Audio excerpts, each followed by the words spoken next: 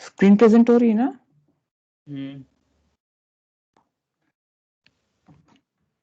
ठीक है। Yes, go ahead. Ravikant recording start कर लो। Start. हो चुकी ओके ठीक है। हेलो एवरीवन, एक मिनट जस्ट कैमरा।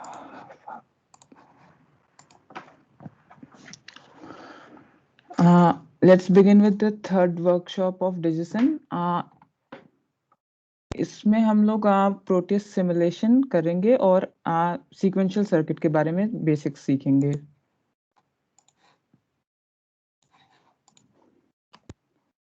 तो प्रोटेस का लिंक जो है कल ग्रुप पे डाल दिया गया था, और डिजिज्म 21 जो ग्रुप है, जो लोग रजिस्टर कर लिए हैं, जो ज्वाइन किए हैं, उसके डिस्क्रिप्शन में भी आज डाल दिया जाएगा। तो वहां से गूगल ड्राइव की लिंक है, इंस्टॉल कर लेना। और उसके बाद जो है वो 7.1 प्रोटेस वही इंस्टॉल करना है। आयोटा, फंकेट, डिजिज्म तीनों इसी प्लेटफॉर्म पे कंडक्ट होंगे। तो इसे इंस्टॉल कर लेना, और इंस्टॉल करने के बाद जब खोलोगे तो कुछ ऐसा दिखेगा ये तुम्हारे लिए। तो ये सिमुलेशन सॉफ्टवेयर है, यानी तुम कोई भी मतलब डिजिटल सर्किट को इस पे सिमुलेट कर सकते हो एक्चुअली में। तो आज सिमुलेशन ही बिगिन करते हैं। तो हम लोग जो फर्स्ट वर्कशॉप में जब बिगिन किया था, तो हमने सबसे पहले नंबर सिस्टम पढ़ा था। नंबर सिस्टम में उतना कुछ अभी याद रखने की जरूरत नहीं है, बस इतना याद होना चाहिए कि बाइनरी रिप्रेजेंटेशन कैसे दिखता है एक डेसिमल नंबर का। तो एक लेट्स से एक ये एंड गेट है। जैसे अगर कोई भी तुम्हें डिवाइस चाहिए होगी, तो इस यहाँ पे एक पी लिखा हुआ है, ये दिख रहा है तुम लोग को स्क्रीन पे डिवाइसेस के बगल में? हेलो जी भैया। हाँ, तो उस पे क्लिक करने पे हर आईसी का एक नंबर होता है। तो वो नंबर तुम नेट से भी सर्च कर सकते हो, और बता भी दिया जाएगा। तो उसके अकॉर्डिंग सर्च करोगे। जैसे 7408 अगर सर्च करते हो यहाँ पे, एक मिनट नंबर लॉक है, 7408। तो यहाँ पे ऑप्शंस आ जाते हैं, और यहाँ पे इसके डिस्क्रिप्शन में देखो, जैसे दिखेगा कि क्वाड्रुपल 2 इनपुट एंड गेट। तो इस पे डबल क्लिक कर दोगे तो वो यहाँ पे ऐड हो जाएगा। और जब वो ऐड हो गया तो बस यहाँ पे ओके कर देना होगा, और फिर यहाँ से सेलेक्ट करके तुम यहाँ पे इसे बस पेस्ट कर सकते हो। और वैसे ही मतलब ऐसे ही ये जितनी भी चीजें मैंने ऑलरेडी कर रखी हैं टाइम बचाने के लिए, वैसे ये सारे तुम्हें कर लेने होंगे। ये अलग अलग नंबर्स हैं जो कि अलग अलग सर्किट्स को डिनोट करते हैं। एक एक करके हम सबको देखेंगे अभी। तो इसके अलावा यहाँ पे और दो चीज और करनी होती है, लॉजिक स्टेट और लॉजिक प्रोब। वो एक जो है इनपुट देने के लिए, और एक इनपुट चेक करने के लिए। तो जैसे लॉजिक स्टेट होता है, वो तुम्हें कोई भी अलग अलग जो लॉजिक सप्लाई करेगा। ये यहाँ पे हमने सेलेक्ट करके यहाँ पे कर दिया। और प्रोब होता है, प्रोब यानी कि प्रोब चेक करता है कि वो आउटपुट हो क्या रही है। और इसके बाद इनको जो है हम वायर्स के थ्रू कनेक्ट कर लेते हैं। और कनेक्ट करने के बाद यहाँ नीचे यहाँ पे एक प्ले बटन होता है, ये कंपाइल बटन होता है। तो इसको प्ले कर देने पे जो अब तुम्हारी सर्किट है वो स्टार्ट हो जाती है। तो ये जैसे कि दिख रहा होगा 0 इनपुट पे 0 आउटपुट है। ठीक, आईसी की जितनी भी इनपुट आउटपुट होती है उस वहां पे भी हमें मतलब इस ब्लू और रेड से हमें उसके हाई या लो स्टेट दिखता है। और ये प्रोब तो दिखाता ही है। तो जैसे 10 पे भी आउटपुट 0 है, 01 पे भी 0 है, पर 11 पे 1 है। तो यही कैरेक्टरिस्टिक होता है एक एंड गेट का, और वो पूरा का पूरा यहाँ पे फॉलो हो रहा है। वैसे यहाँ पे कोने पे मैंने दो और गेट्स लगा रखे हैं तुम लोग को देखने के लिए। एक बार इसे भी चेक कर लेते हैं। तो जैसे ये और गेट है, ये तो ये 11 पे 1 है, 01 पे भी 1 है, 01 पे भी 1 है, 10 पे भी 1 है, पर 00 पे ये 0 है। तो जो ट्रुथ टेबल होती है और की, वो एज इट इज ये फॉलो करता है। तो मतलब हम यहाँ पे एक्चुअली में उसे सिमुलेट कर सकते हैं सॉफ्टवेयर के थ्रू। वैसे यहाँ पे ये एक नैंड गेट है। तो नैंड गेट क्या होता है? एंड प्लस नॉट, यानी कि अगर दोनों 1 1 रहेंगे तभी वो 0 होगा। यानी कि अगर दोनों 1 1 है तभी वो 0 रहेगा, एल्स सारे केसेस में वो 1 रहने वाला है। 1 0 पे भी 1 रहेगा, 0 1 पे भी 1 रहेगा और 0 0 पे भी 1 रहेगा। तो ऐसे ही होते हैं। तो जितने भी मतलब बाकी के बचे गेट्स हुए उनके भी तुम इसे इंस्टॉल करके एक बार चेक कर लेना। जैसे एक मैं दिखाता हूँ एक ये भी है 7404, ये नॉट गेट है। तो इसको बनाने के लिए पहले हमें स्टॉप करना होगा अपना कंपाइलेशन और यहाँ पे प्लॉट करना होगा। ये जो बॉक्स बना होता है ना, इस बॉक्स के अंदर ही सब कुछ बनाना होता है, बॉक्स के बाहर नहीं। उसके बाद एक स्टेट लगाएंगे और एक प्रोब और इसे जस्ट कनेक्ट कर देंगे और प्ले। तो 0 पे आउटपुट 1 आ रहा है और 1 पे 0, जो कि एक इन्वर्टर या नॉट गेट को करना चाहिए। तो ये फर्स्ट वर्कशॉप में तुम लोगों ने गेट्स पढ़ा था, तो ये बस वो उन्हें गेट्स का मतलब ये बेसिक एक्सप्लेनेशन है कि ये ऐसे यहाँ पे मतलब हम इन्हें इस सॉफ्टवेयर पे ऐसे इम्प्लीमेंट करते हैं। ठीक, अब उसके बाद हम लोगों ने min term, max term, SOP, POS पढ़ा था और फिर के मैप पढ़ा था। फिर सेकंड वर्कशॉप आती है जिसमें हमने मतलब एडर्स, मक्स पढ़े थे और एनकोडर्स, डिकोडर्स ये पढ़े थे। तो उसका भी हम यहाँ पे देख लेते हैं। तो ये जो सर्किट है ये है एडर। ये मेरे ख्याल से कौन सी होते हैं, 1 मिनट, हाँ यही है, 74283 है ये। तो जैसे अगर इसे हम कहीं भी इसे अगर हम यहाँ पे प्लेस करते हैं तो यहाँ पे ऐसे ही दिखेगा। इसे फिलहाल डिलीट कर देते हैं और हम प्ले करते हैं।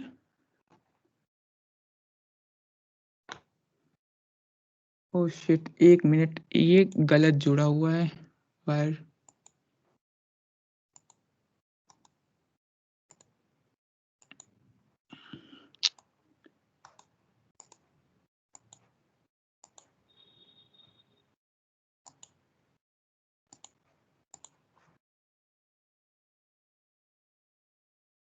ये सारे हटाने पड़ेंगे। शिट,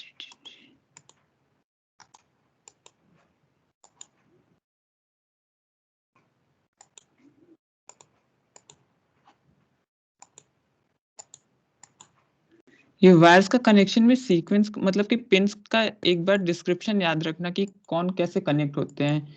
इसके लिए नेट पे तुम्हें मिल जाएगा, तुम इनके डिस्क्रिप्शंस दिए रहते हैं। बस आईसी का नंबर डालना और पूरा का पूरा जो एक टेबल ही आ जाती है जिसमें मतलब बताया जाता है कि कौन से पिन नंबर पे मतलब हमें क्या कनेक्ट करना होता है।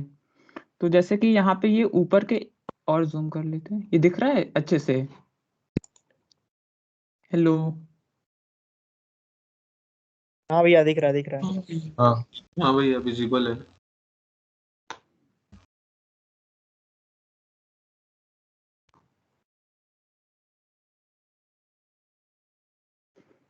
एक मिनट,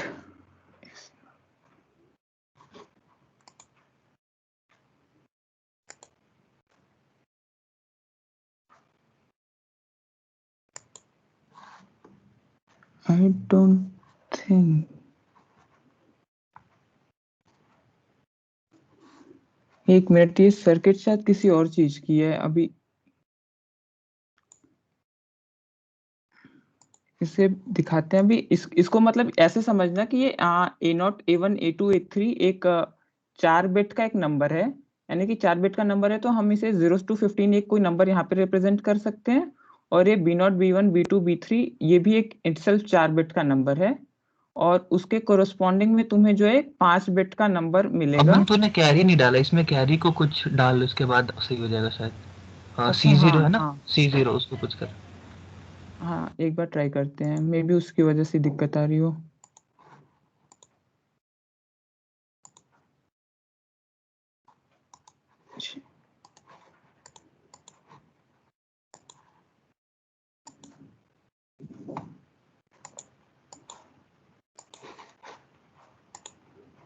हाँ अब सही है।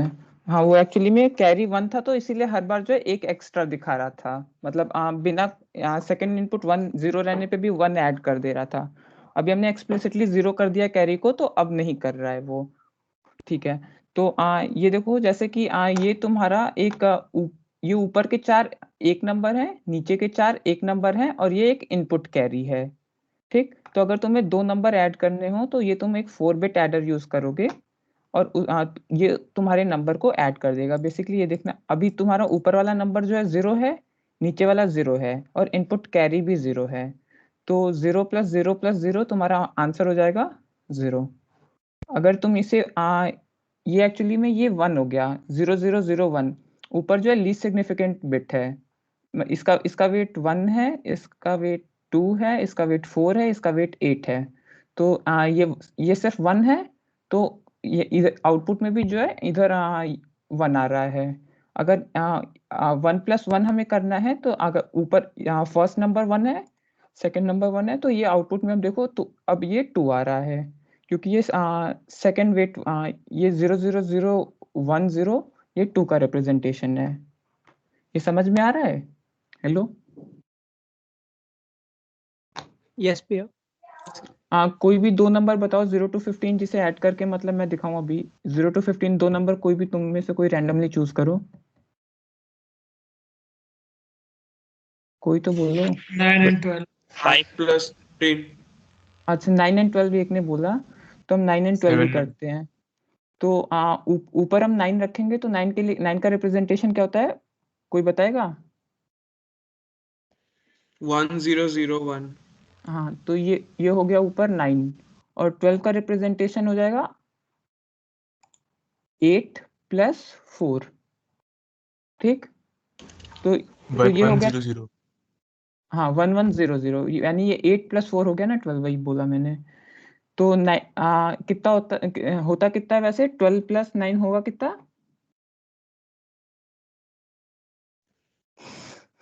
कोई तो बोलो।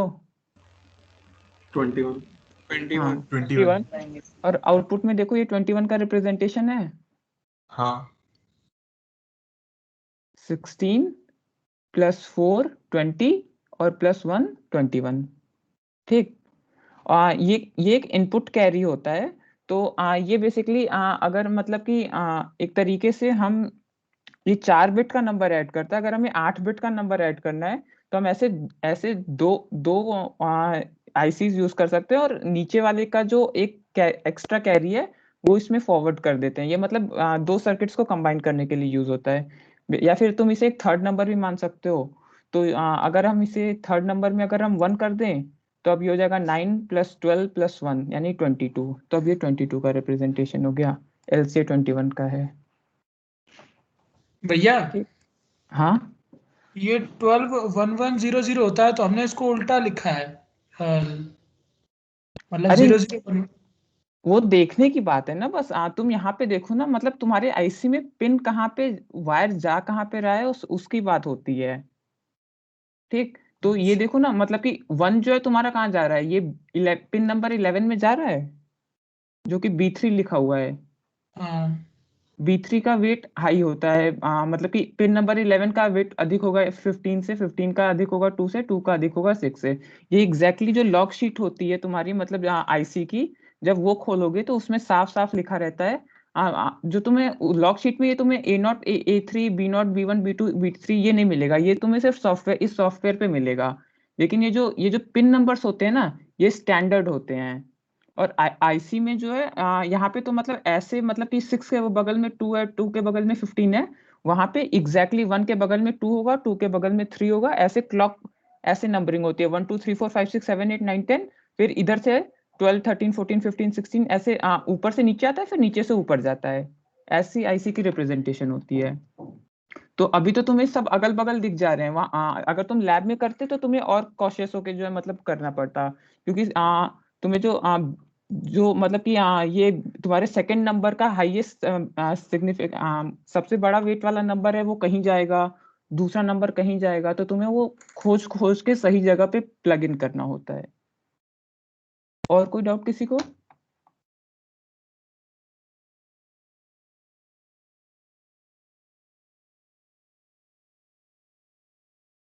और ये बस देखने की बात है। एक मिनट ये क्लोज करके,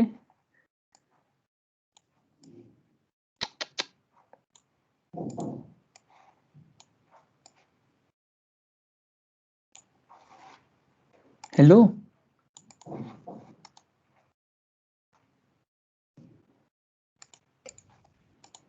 ये देखो अब हो गया तुम्हारा 110। ये तो बस कनेक्शन की बात थी ना।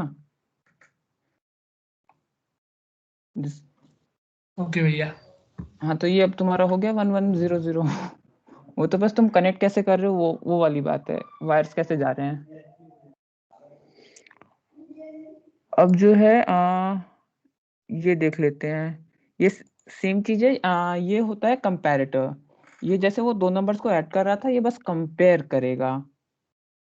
ठीक, तो कंपेयर में ऐसा कैसे कंपेयर, ये तीन आउटपुट्स हैं इसके, A less than B, A equal to B, A greater than B.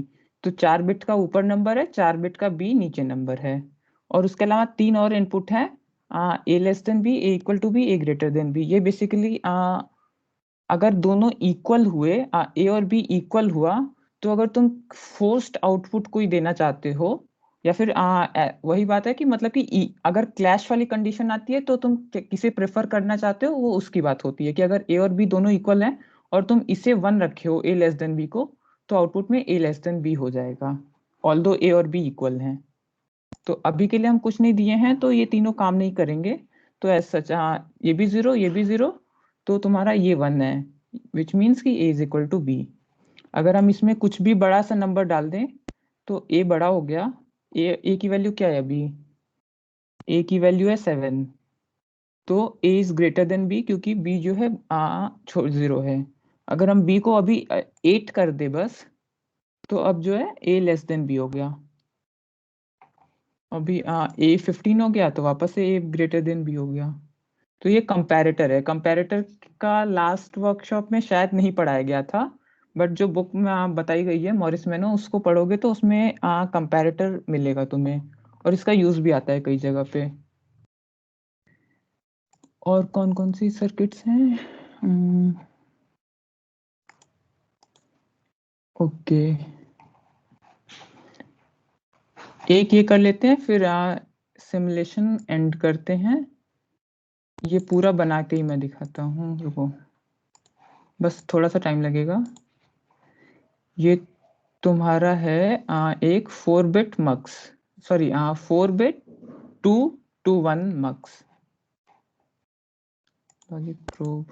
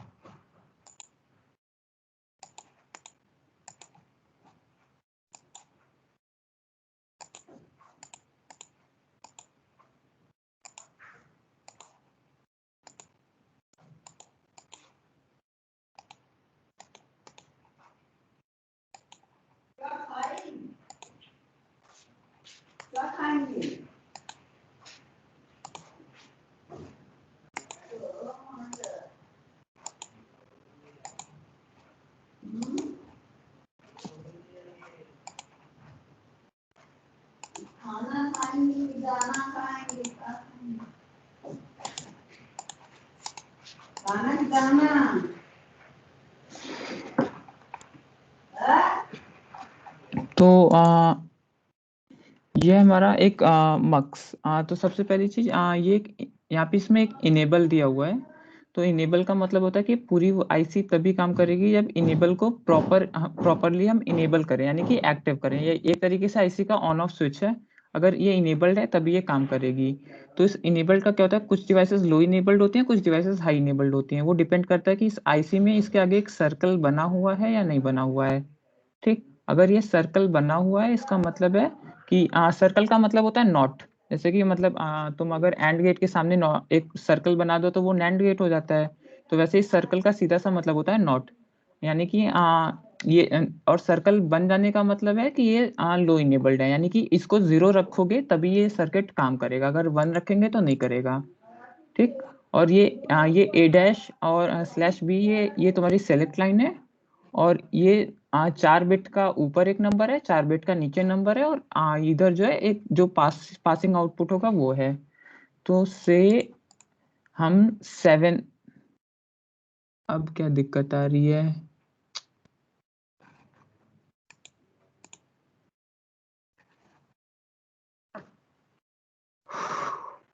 One A one B, oh shit, हाँ सही है सही है। वो एक्चुअली में ये मतलब कि ऊपर के 4 एक नंबर नहीं है, वो अल्टरनेटिवली एक नंबर्स हैं, मतलब ये और ये एक नंबर है, ये जैसे देखना 1A 2A 3A 4A एक नंबर है।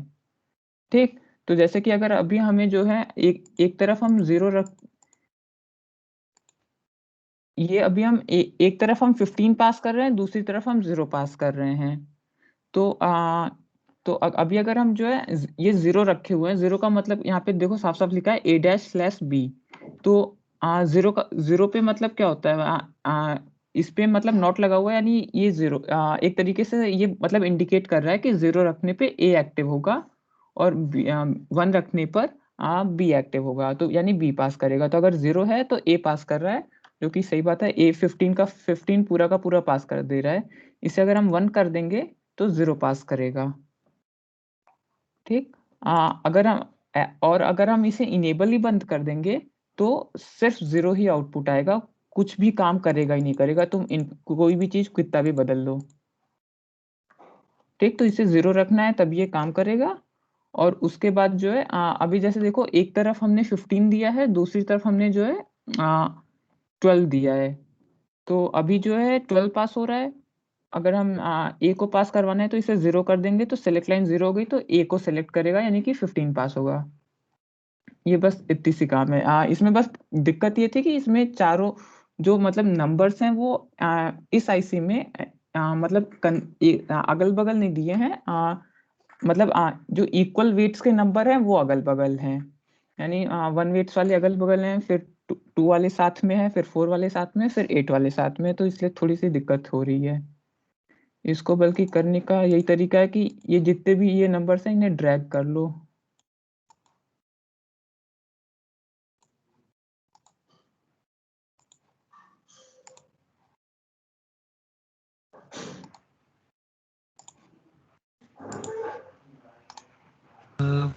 तुम लोग एक बात बताना, अभी तो ये वाली मक्स देख लिए, ये मक्स कौन सी है? 2:1 मक्स है, 4:1 मक्स है, या 8:1 मक्स है? ये 2:1। हाँ ठीक है। 2:1 मक्स है, लेकिन 4 बिट के 4 लगे हुए हैं मक्स, मतलब 2:1 के 4 लगे हुए हैं, इसलिए सेलेक्ट लाइन इसमें एक है, ए बार बी वाली जो एक लाइन है, इसलिए एक सेलेक्ट लाइन है। देखो 2 से सेलेक्ट करना है तो ऑब्वियसली हमें बस एक ही सेलेक्ट लाइन की जरूरत पड़ेगी। तो इसमें अब देखो ये जो पीछे वाला नंबर है ये बी है, और आगे वाला नंबर है ये ए है। तो अभी के लिए फिर से एक बार देख सकते हो, अगर हम एक तरफ हम 2 पास करते हैं, दूसरी तरफ हम 4 पास करते हैं अगर, बस तो अभी जो है 4 पास हो रहा है, 1 कर देने पे 2 पास हो रहा है, बस इतनी सी बात है। ठीक, और जो अभी रविकांत ने बोला तो उसको समझाने के यहाँ पे देखना, इसको अभी बनाने का उतना टाइम नहीं है, तो बस एक बार देख लो। ये तुम्हारा जो है 4:1 का 2 बिट का मक्स है, यानी इसमें मतलब कि एक नंबर जो है 2 बिट के ही होंगे, यानी कि वो नंबर 0 से 3 के बीच में हो सकते हैं। बाकी इसमें 4 अलग अलग इनपुट हैं, और उसके कोरिस्पॉन्डिंग 2 सेलेक्ट लाइन है, और 2 इनेबल भी है। ये एक्चुअली में इसमें देखो 2 इनेबल है, और दोनों पे सर्कल बना हुआ है, दोनों को तुम्हें 0 देना होगा तभी आईसी वर्क करेगी। ठीक, और जैसे अगर हम 0 0 करेंगे तो ये पिन नंबर 10 पे जो रहेगा वो तुम्हारे पिन नंबर 9 पे चला जाएगा, और पिन नंबर 6 पे जो रहेगा वो पिन नंबर 7 पे चला जाएगा। ऐसा नहीं होगा कि, एक तरीके से मान सकते हो कि ये पिन जो है मतलब 6 जो है डायरेक्टली 7 से कनेक्ट हो जाएगा, और 10 जो है डायरेक्टली 9 से कनेक्ट हो जाएगा, जब ए और बी 0 होगा। मान सकते हो एग्जैक्टली ऐसा नहीं होता है, लेकिन क्योंकि अगर हम ऐसे बोले कि अगर कनेक्ट हो गया तो कनेक्शन 2 वे होता है, यानी 7 से 6 पे भी इफेक्ट होना चाहिए था, कि अगर हम 7 पे कुछ दे तो वो 6 पे रिफ्लेक्ट होना चाहिए 0 0 होने पे। लेकिन वैसा नहीं होगा कि अगर तुम मतलब 0 0 कर दो और इधर 1 दो तो इधर 1 आए। ठीक, तो एक तरीके से मान सकते हो बस कि ये एक कनेक्ट हो जाता है 0 1 करने पर, ये इससे कनेक्ट हो जाता है। 7 जो है 5 से कनेक्ट हो जाएगा और 11 जो है 9 से कनेक्ट हो जाएगा। भैया हाँ भैया क्या हम ये कह सकते हैं कि ये दो 2:1 मक्स से मिलके बना है, मतलब इसलिए 2 इनेबल दिए हैं हमने? आ, अगर इस सिंगल बिट का होता तो जरूर से बोल सकते हैं, मतलब हाँ एक तरीके से वही होता ही है। एक्चुअली दो तो वो नहीं, 2:1 नहीं, दो 4:1 है ना? हाँ ये 4:1 है, और ये इसको बनाने के लिए 2 नहीं 3 मक्स की जरूरत पड़ेगी। भैया एक जैसे बार ये 4:2 मक्स है ना, एक बार 4:1 मक्स है ना, मतलब तो दो टू एक इज बार टू एक बार इसे ऐसे देख लो, ये कुछ ऐसा ही होता है। ये 4 इनपुट गए, और ये जितने भी रेक्टेंगल्स हैं ये 2:1 मक्सेस हैं, और ये इसके 2 सेलेक्ट लाइंस हैं।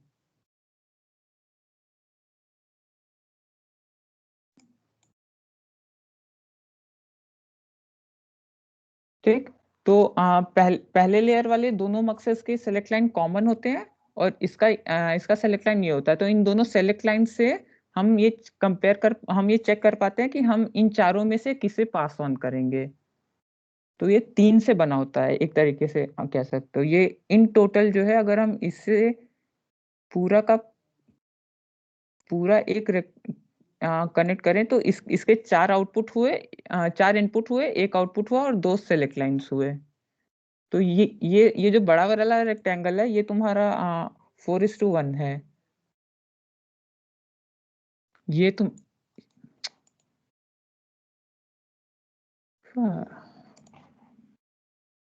ये तुम्हारा 4:1 है, और ये जो छोटे छोटे हैं ये तुम्हारे 2:1 है। ठीक, तो अभी के लिए इसे बंद ही करते हैं क्योंकि टाइम जा रहा है। इनकोडर और डिकोडर भी ऐसे ही होते हैं, इनकी इनफैक्ट उतनी जरूरत पड़ती नहीं है सर्किट में। मोस्ट ज्यादातर इम्पोर्टेंट तो बता ही दिया, और देख लेते हैं क्या क्या है। नॉट, नैंड, और ये क्या, कंपैरेटर, ये 2 मक्स ही हैं, ये एडर है। हाँ ये तो ऑलमोस्ट जितना होना करना था हो चुका है।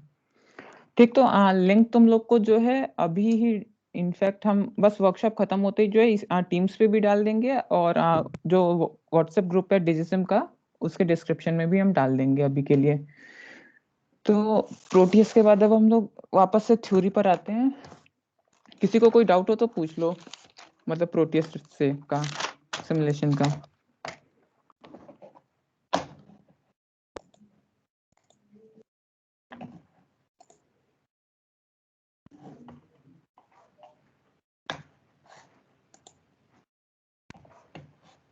एनीवन?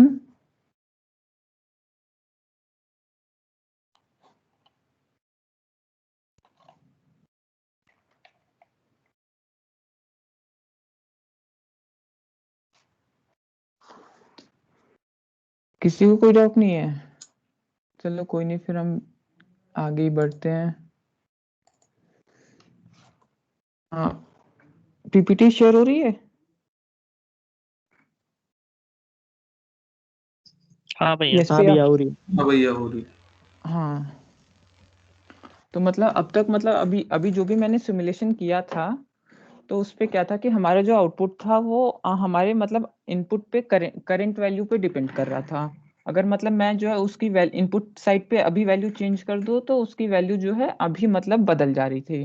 और तुम कोई भी एक आईसी के लिए अगर तुम्हें एक इनपुट फिक्स है तो उसका आउटपुट भी फिक्स होता है, कि तुम मतलब अगर उसके करंट इनपुट की वैल्यूज देख करके तुम मतलब ये बता सकते हो कि उसके आउटपुट क्या होगी। अब तक जितने भी सर्किट पढ़े हो बता सकते हो ना कि उसके मतलब देख करके कि आउटपुट क्या होने वाली है।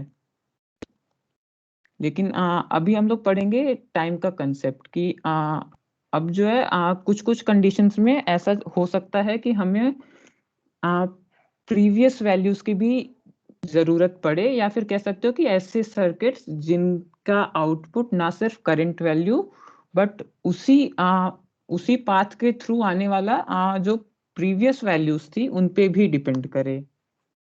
मतलब करंट तो करंट, प्रीवियस में क्या वैल्यू उन्होंने होल्ड की थी उस पे भी उनके आउटपुट डिपेंड करेंगे। ठीक, तो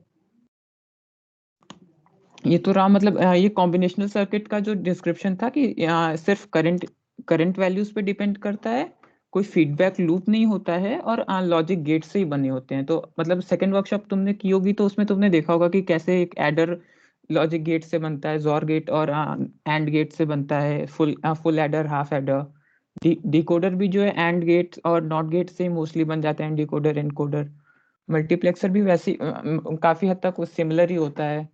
कंपैरेटर थोड़ा सा कॉम्प्लेक्स सर्किट होती है, बट ये सारे के सारे मतलब लॉजिक गेट से ही बन जाते हैं और उनके करंट वैल्यू पे ही उनके आउटपुट डिपेंड करते हैं। लेकिन अब इस वर्कशॉप से हम लोग स्टार्ट करेंगे सीक्वेंशियल सर्किट। इनमें करंट वैल्यू के साथ साथ प्रीवियस वैल्यू पे भी डिपेंड करता है, और इनके पास एक फीडबैक लूप होता है, यानी कि जो प्रीवियस वैल्यूज होंगी वो एक फीडबैक के थ्रू उनके उनके उनके पास इनपुट के फॉर्म में आएंगी। ठीक, और क्योंकि हम मतलब कि अगर अभी हमें पास्ट की वैल्यूज चाहिए तो अभी की वैल्यू हमें फ्यूचर के लिए भी अवेलेबल करानी होगी। यानी कि अभी की वैल्यू अगर हमें कहीं स्टोर करनी है तो हमें कोई मेमोरी चाहिए होगा। इसीलिए हमें एक इसमें बोलते हैं कि ये मतलब कि जो बेसिक एलिमेंट्स होते हैं उनको बनाने के लिए हमें इनमें मेमोरी एलिमेंट्स चाहिए होती है वैल्यूज को स्टोर करने के। इनके एग्जांपल्स है काउंटर्स, फ्लिप फ्लॉप्स और रजिस्टर्स। तो रजिस्टर्स और काउंटर्स तो नेक्स्ट वर्कशॉप में कवर करेंगे, फ्लिप फ्लॉप आज ही कवर करने वाले हैं। तो ये वही कि हमें जरूरत क्यों पड़ी। तो मान लो कि अगर एक सीरियल इनपुट है, सीरियल इनपुट का मतलब है कि एक ही वायर है, उसी के थ्रू कंटिन्यूस इनपुट्स आ रहा है। फॉर एग्जांपल हमारी जो टेलीफोन लाइन का केबल होता है उसमें मतलब कंटिन्यूसली विद टाइम इनपुट आता रहता है ना। तो मान लो कि जो हमने वायर्स अटैच की थी तो वो तो हम ऐसा कर रहे थे ना कि एक वायर से एक वायर से 4 बिट का नंबर आ रहा है, दूसरे 4 वायर से जो है दूसरा 4 बिट का नंबर आ रहा है।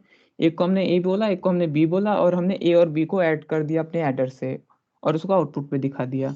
लेकिन मान लो अगर प्रॉब्लम ऐसी होती है कि हमारे पास सिर्फ 4 ही वायर्स ही हैं, तो वो 4 बिट का एक नंबर तो दे रही हैं, लेकिन अभी वो एक नंबर देंगी, फिर अगले 1 सेकंड बाद फिर वो नंबर देंगी, और हमें जो है करंट वैल्यू और 1 सेकंड पहले जो वैल्यू थी उन दोनों का सम करना है। तब तो प्रॉब्लम आएगी ना कि हम एडर पे चार वायर्स, मतलब हमारा ए तो हम डायरेक्ट इनपुट से कनेक्ट कर देंगे, लेकिन हम बी को हम किससे कनेक्ट करेंगे जो 1 सेकंड पहले वाली वैल्यूज थी। तो उसके लिए हमें स्टोर करना पड़ेगा। तो उसके लिए ये सीक्वेंशियल सर्किट्स हम पढ़ रहे हैं। तो ये देखो, इसमें सीक्वेंशियल सर्किट्स में ऐसे एक फीडबैक लूप होता है। इसमें कॉम्बिनेशनल सर्किट्स तो होती हैं, लेकिन उसकी वैल्यूज जो हमें जरूरत होती है वो हम एक मेमोरी एलिमेंट में स्टोर कर लेते हैं, और उसके बाद फिर से उन्हें जो है जहाँ जरूरत होती है वहां डाल देते हैं। जो जो कि नॉर्मल कॉम्बिनेशनल सर्किट में क्या होता है कि बस मैं इधर इनपुट डाला, इधर आउटपुट डाला, इधर प्रोब लगाया, इधर लॉजिक स्टेट लगाया और बस खत्म। लेकिन इनमें एक फीडबैक लूप होता है। तो ये एक छोटी सी वीडियो है, प्ले हो रही है। हेलो। यस भैया। यस भैया, प्ले हो रही है। हाँ भैया। हाँ, तो ये इसमें दिखा रहा है कि अगर हमें मतलब ऐसे जरूरत क्यों पड़ती है कि इसमें ये ट्रैफिक लाइट सिस्टम है, तो इसमें भी करंट मतलब उसकी वैल्यू क्या होगी वो डिपेंड करता है उसके प्रीवियस स्टेट पे कि वो प्रीवियसली वो उसकी वैल्यू क्या थी। ठीक, तो अगर मतलब अभी पहले ये वाली लाइट ऑफ थी तो कुछ देर बाद ही ये ऑफ होगी, तो वो मतलब एक एक करके एक उनका स्टेट बना होता है। वो स्टेट डायग्राम्स जो होते हैं वो अभी थोड़ी देर बाद हम कवर करेंगे। फिलहाल के लिए बस अभी ये देखो कि हमें जरूरत क्यों पड़ती है सीक्वेंशियल सर्किट्स की।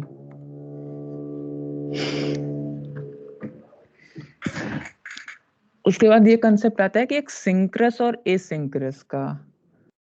इसको मैं मतलब जब फ्लिप फ्लॉप एक मिनट, जब सीक्वेंशियल का भी एक ऐसा ही छोटा सा सिमुलेशन कराएंगे तो उसमें मैं तुम्हें मतलब दिखाऊंगा कि कैसे सिंक्रस और एसिंक्रस में क्या अंतर होता है।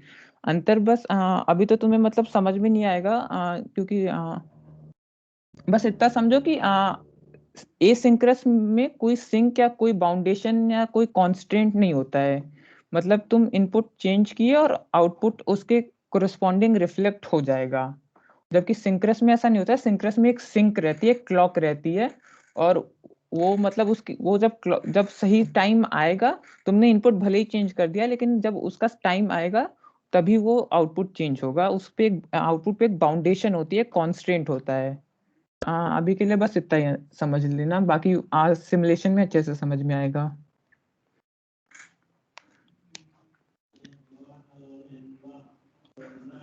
अभी तक किसी को कोई डाउट?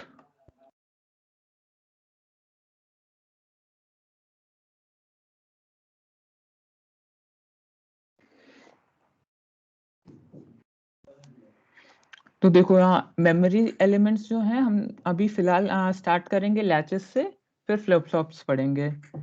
तो ये करते क्या है कि कोई भी बाइनरी स्टेट 0 या 1 वो इनडेफिनेटली होल्ड कर सकते हैं जब तक कि उन्हें एक्सप्लिसिटली बोला ना जाए स्विच करने को, बदलने को। तब तक वो अपनी जो प्रीवियस वैल्यू है वो होल्ड कर सकते हैं। तो वही तो हमें चाहिए था कि जो पास्ट की वैल्यूज हैं वो एक बार इनपुट पे आए और वो एक बार वो स्टोर कर ले, फिर वो उसे होल्ड करते रहे अगले साइकिल तक, और अगले साइकिल में हम फिर उसे यूज कर सकेंगे। तो उतना ही करना होता है। तो अभी इसके मतलब दो बेसिक एग्जांपल्स हैं, लैचेस और फ्लिप फ्लॉप्स। दोनों में बस एक बेसिक डिफरेंस होता है कि लैचेस जो है लेवल सेंसिटिव होते हैं, यानी वो एक सिग्नल लेवल पे ऑपरेट करते हैं, जबकि फ्लिप फ्लॉप्स जो है एज सेंसिटिव होते हैं, यानी वो बस ट्रांजिशंस पे ही अपडेट होते हैं। तो यहीं पे मतलब तुम्हें सिंक्रस और एसिंक्रस का भी अंतर आ जाएगा कि ये लैचेस एक तरीके से एसिंक्रस हो गए और फ्लिप फ्लॉप्स जो है सिंक्रस हो गए, क्योंकि फ्लिप फ्लॉप्स सिर्फ ट्रांजिशंस पे ही अपना आउटपुट चेंज करेंगे। जबकि ये जो लैचेस हैं, ये जब भी एक तरीके से इनकी क्लॉक इनेबल्ड रहेगी, यानी क्लॉक एक्टिव स्टेट में रहेगी, तो वो जितने टाइम तक वो एक्टिव स्टेट में है तब तक मतलब कि वो इमीडिएटली रिस्पॉन्ड करेगी तुम्हारे इनपुट चेंजेस पे, आउटपुट को। जबकि फ्लिप फ्लॉप्स के साथ ऐसा नहीं होता है।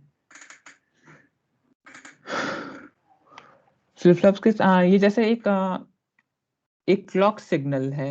तो क्लॉक सिग्नल में होता क्या कि low high low high low high एक पीरियोडिकली वेरी करता है। तो थोड़ी देर के लिए हाई रहता है, फिर एक ट्रांजिशन होता है, फिर लो हो जाता है। तो फॉर एग्जांपल मान लो कि अगर कोई एक सर्किट है, आईसी है, जो हाई के लिए रिस्पॉन्ड करता है, मतलब जैसे दिखाया था ना लास्ट टाइम, इनेबल्ड वो लो इनेबल्ड था। तो अगर वो मान लो कि तुम्हारा लैच हाई इनेबल्ड है, यानी हाई पे काम कर रहा है, तो वो जब तक हाई रहेगा तब तक जो है तुम्हारे इनपुट चेंजेस पे वो आउटपुट को चेंज करता रहेगा पूरे उस ड्यूरेशन तक, और लो पे नहीं काम करेगा। जबकि फ्लिप फ्लॉप क्या होते हैं कि ना हाई पे काम करेंगे ना लो पे काम करेंगे। वो जो भी चेंज हुआ रहेगा ट्रांजिशन के जस्ट पहले तक, उसके कोरस्पॉन्डिंग ही ट्रांजिशन के जस्ट बाद जो है उसकी वैल्यूज अपडेट कर देंगे। अभी तक किसी को कोई डाउट है?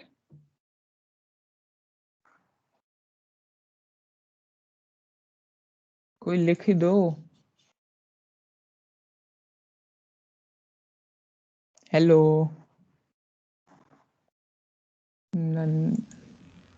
हाँ भाई। हाँ बोलो। नहीं है डाउट, मतलब ये अच्छा, ठीक है ठीक है। तो अब हम बिगिन करते हैं लैचेस से। एक मिनट। हाँ, तो लैचेस जो है नॉर गेट से भी बनते हैं, नैंड गेट से भी बनते हैं। हम यहाँ पे नैंड गेट प्रेफर कर रहे हैं, नैंड गेट से हम देख रहे हैं। नॉर गेट वाला अगर तुम्हें देखना है तो वो भी तुम्हें बुक में जो है वो मिल जाएगा, मॉरिस मेनू में। लेकिन यहाँ पे अभी नैंड गेट का कवर करते हैं। तो नैंड गेट का तुम लोग को ट्रुथ टेबल पता है?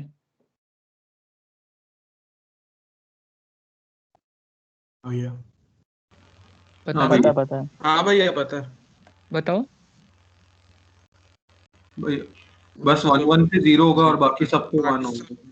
हाँ, तो अब देखना ये जो एस आर लैच है, तो अभी ये देखो ये स्पेशल कॉम्बिनेशन है कि इसको हम ऐसे कंबाइन कर अगर हम ऐसे मतलब वायर्स को कनेक्ट करने के बाद हम इसके कैरेक्टरिस्टिक को अभी चेक कर रहे हैं।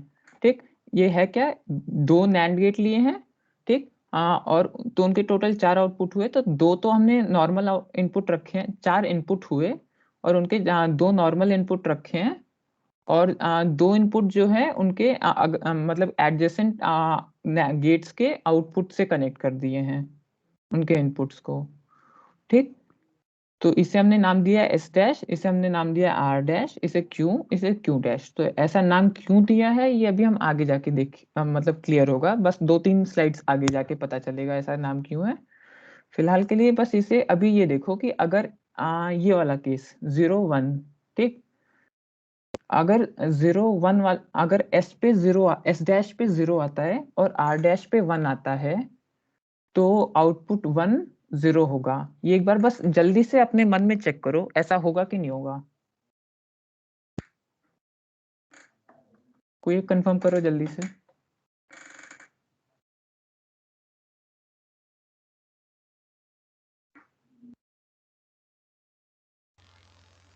हाँ भैया, हाँ होगा। होगा ना? हाँ कैसे होगा वो देखो, नैंड गेट का क्या था कि अगर एक भी इनपुट 0 रहा तो आउटपुट 1 हो जाएगा। ठीक, तो इस गेट का एक इनपुट तो 0 रहा तो इसका आउटपुट तो डेफिनेटली 1 होना ही होना है, तो क्यू तो तुम्हारा 1 हो गया। ठीक, तो क्यू अगर तो irrespective of Q dash, Q तुम्हारा मतलब कि इस इनपुट के इररिस्पेक्टिव तुम्हारा ये आउटपुट 1 ही होना है। और क्योंकि ये 1 हो गया तो इसका दोनों इनपुट 1 हो गया और 1-1 के कोरस्पॉन्डिंग ये 0 होता है। ठीक, तो तुम्हारा जो है या 0-1 पे जो है आउटपुट 1-0 आएगा।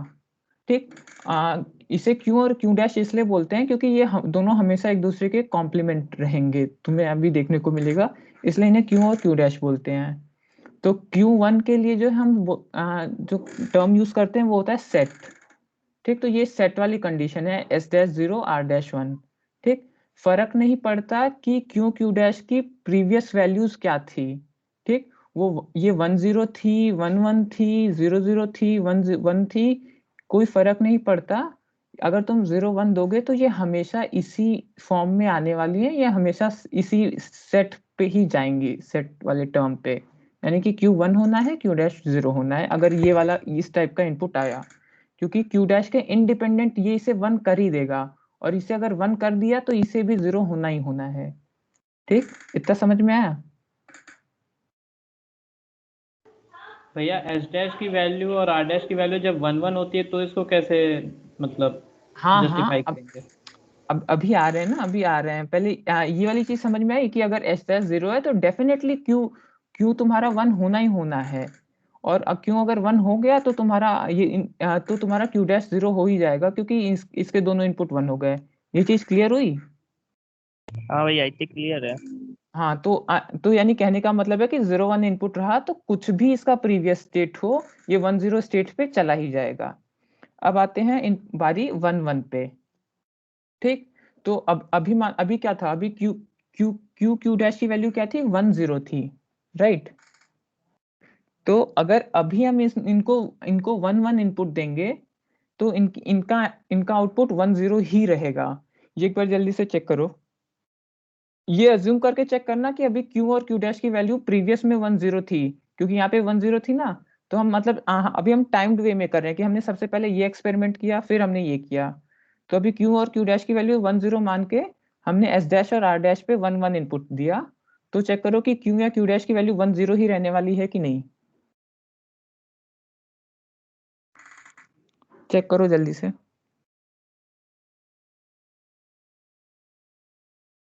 हाँ रहेगी भैया। हाँ, क्यों रहेगी? क्योंकि क्यू 1 है तो 1-1 इनपुट आने पे ये 0 हो जाएगा, और क्योंकि ये 0 था और 0 रहा, चेंज नहीं हुआ, तो इस पे कंटिन्यूस 0 ही इनपुट आया और एक भी इनपुट 0 हुआ तो ये Q1 हो जाएगा। तो Q1 था 1 रहा, यानी कहने का मतलब है कि ये 1-0 पहले भी था, 1-0 बाद भी रहा 1-1 इनपुट डालने पे। ठीक, यानी कि जो भी स्टेट था 1-0 स्टेट था पहले, और 1 1 डालने पे 1 0 ही रहा, यानी कि वो स्टेट होल्ड कर गया, जो होल्ड कर गया यानी कि जो था वही रह गया। ठीक, अब हम दूसरी पे आते हैं। लास्ट टाइम हमने क्या किया था, 0 1 डाला था, इस बार हम डाल रहे हैं 1 0। ठीक, तो 1 0 डालने पे आउटपुट 0 1 आएगा, कोई बड़ी बात नहीं है। एकदम ये सर्किट हॉरिजॉन्टली सिमेट्रिकल है। अगर उधर जो है 0 1 पे 1 0 आ रहा था, तो 1 0 पे इधर 0 1 आना ही आना है। एक बार फिर भी चेक कर लो।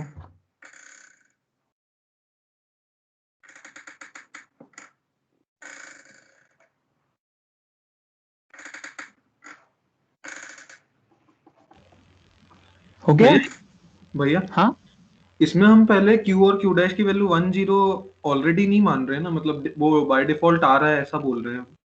हाँ हाँ, ये अलग स्लाइड है, ये अभी अलग स्लाइड है। ये जैसे हमने यहाँ पे बोला ना कि 0 1 अगर हम डालेंगे तो इसकी पास्ट वैल्यू डिपेंड ही नहीं करता, कि इसकी पास्ट वैल्यू कुछ भी रहे, ये 1 0 हो जाएगा, सेट हो जाएगा। जबकि यहाँ पे हमने क्या बोला कि अगर अगर 1 0 रहा और हमने 1 1 डाला, तो ये 1 0 ही रहेगा, यानी 1 1 पे होल्ड हो रहा है। ठीक, हमने टर्म्स को क्लियरली समझो। ठीक, वैसे ही हम बोल रहे हैं कि अगर हम 1 0 यहाँ पे डालेंगे तो पास्ट वैल्यू कुछ भी रहे, चाहे 0 1 रहे, 1 1 रहे, कुछ भी रहे, अगर हम यहाँ पे 1 0 डालेंगे तो ये 0 1 हो ही जाएगा। क्यों होगा? क्योंकि अगर हमने एक इनपुट 0 कर दिया तो डेफिनेटली ये तो 1 होना ही होना है, और ये अगर 1 हो गया तो इसका इनपुट 1 रहा और इसका इनपुट 1 रहा, तो ये भी इनपुट 0 हो जाना है। ठीक, जो कि ऑब्वियस सी बात है, सर्किट हॉरिजॉन्टली सिमेट्रिकल है, तो यहाँ पे 0 1 पे 1 0 हो रही थी, तो यहाँ पे 1 0 पे 0 1 हो ही जानी है। कुछ नहीं तो इसे बस एक बार फ्लिप करके देख लो, वही पिछली वाली सर्किट बन जाएगी। ठीक, तो अभी हमारा क्या हो गया कि S डैश 1 R डैश 0 पे Q की वैल्यू 0 हो जा रही है, Q डैश 1 हो जा रहा है। ठीक, Q इज इक्वल टू 0 मतलब रीसेट। ठीक, इस टर्म को, इस पूरे कंडीशन को अगर हम यहाँ पे ये इनपुट देंगे तो Q इस स्टेट में चला जाएगा, और इस स्टेट को हम रीसेट स्टेट बोलते हैं। ठीक, ये क्लियर हुआ? और इस बार फिर से अगर हम 1 1 इनपुट देते हैं, इसके ये करने के बाद अगर हम 1 1 इनपुट देते हैं, तो अभी क्या होगा कि अभी 0 सिमिलर सी बात है, जैसे पिछली बार हुआ था वैसे इस बार भी होगा, क्योंकि वही बात आ जाती है हॉरिजॉन्टल सिमेट्री की। तो अभी जो है ये Q 0 रहेगा, Q डैश 1 रहेगा। लास्ट टाइम क्या था, Q 1 था, Q डैश 0 था। इस बार जस्ट उल्टा हो गया, इवन दो आउटपुट सेम है। ठीक, आउटपुट इस बार भी 1 1 है, लास्ट टाइम भी 1 1 था। ठीक, लेकिन प्रीवियस स्टेट 1 0 थी, तो करंट नेक्स्ट स्टेट भी 1 0 रही। इस बार भी इनपुट 1 1 ही है, लेकिन प्रीवियस स्टेट 0 1 था, तो करंट स्टेट भी 0 1 ही रहेगा। एक बार वेरीफाई कर लो जल्दी से, या देख लो सीधे से, ये प्रीवियस स्टेट 0 था तो इस पे 0 इनपुट आया, तो ये हो गया तुम्हारा 1। ठीक, और ये 1 हुआ, तो ये 1 इस पे चला गया, और ये 1 1 जो है 0 हो गया, तो ये 0। और एक और कॉन्ट्राडिक्टरी चीज, मतलब हम इसको 0 यहाँ पे इनपुट इसलिए मान पा रहे हैं क्योंकि 0 चेंज नहीं हो रहा है। अगर ये 0 यहाँ पे चेंज होता ना, तो हम इसे मान ही नहीं पाते कि 0 यहाँ पे इनपुट आ रहा है। वो तुम अभी जब नेक्स्ट स्लाइड आएगी तो पता चलेगा। तो ये चीज समझ में आए कि 1 1 जो है, 1 1 पे 1 0 भी हो सकता है, 1 1 पे 0 1 भी हो सकता है, डिपेंड करता है कि प्रीवियस स्टेट क्या थी। ये क्लियर हुआ?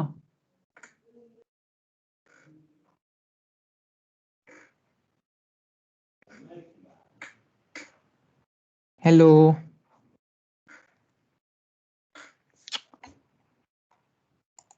हाँ भैया। हाँ तो रिस्पॉन्ड कर दिया करो कोई तुम में से। कितने जन बच्चे हो अभी तक? 40 लोग हो यार, कोई तो रिस्पॉन्ड कर दिया करो, इतने सारे लोगों। हाँ, तुम में से कौन अभी बोला था ऐसे, नाम बताना। ओके भैया। हेलो। हाँ यश, अच्छा यश, ओके। ठीक। हाँ, तुम सेकंड ईयर में हो ना? हाँ भैया। अच्छा, हाँ तुमसे तो मिला था उस दिन। ठीक है, तो अभी तक हम बस ये सीखे कि 0 1 पे 1 0 हो जाएगा, 1 0 पे 0 1 होगा, लेकिन 1 1 इन दोनों में से किसके बाद हो रहा है उस पर डिपेंड करेगा कि 1 1 का आउटपुट क्या होगा। और 1 1 अगर 1 0 के बाद हो रहा है तो 1 0 ही रहेगा, 0 1 के बाद हो रहा है तो 0 1 ही रहेगा, यानी कि जिसके बाद हो रहा है वो उसी स्टेट को होल्ड कर रहेगा, इसीलिए हम 1 1 को जो है होल्ड नाम दे देंगे। ठीक, और ये जो मैंने बात बताई कि 0 को हम यहाँ पे इसलिए इंसिडेंट दिखा पा रहे हैं क्योंकि फाइनली भी सब कुछ होने के बाद भी ये 0 बदल नहीं रहा है, इसीलिए हम इसको 0 को फर्स्ट प्लेस पे यहाँ पे दिखा पाए कि 0 यहाँ पे आएगा तो यहाँ से 1 ही जाएगा, 1 जाएगा तो यहाँ पे 1 1 की वजह से 0 ही निकलेगा। अगर कुछ ऐसा होता कि यहाँ इन दो का इनपुट कुछ ऐसा होता कि हमने यहाँ पे 0 को यहाँ पे इंसिडेंट तो मान लिया, लेकिन यहाँ पे फिर 0 1 हो जाता तो हमारा इसको 0 को यहाँ पे इंसिडेंट मानना ही गलत हो जाता। वो हम नेक्स्ट केस में अभी देखेंगे, जो कि ये है। अगर दोनों 0 0 हो जाए, अब बाकी 3 केस हमने कंसिडर कर लिया था, एक ये केस होता है। तो देखो सीधी सी बात है, अगर दोनों 0 0 हो जाएंगे, हमने नैंड गेट के लिए क्या पढ़ा था कि अगर एक भी इनपुट 0 है तो आउटपुट 1 होना है। तो क्यू भी 1 हो गया, क्यू डैश भी 1 हो गया, क्योंकि दोनों नैंड गेट तुम्हें आउटपुट 1 देंगे।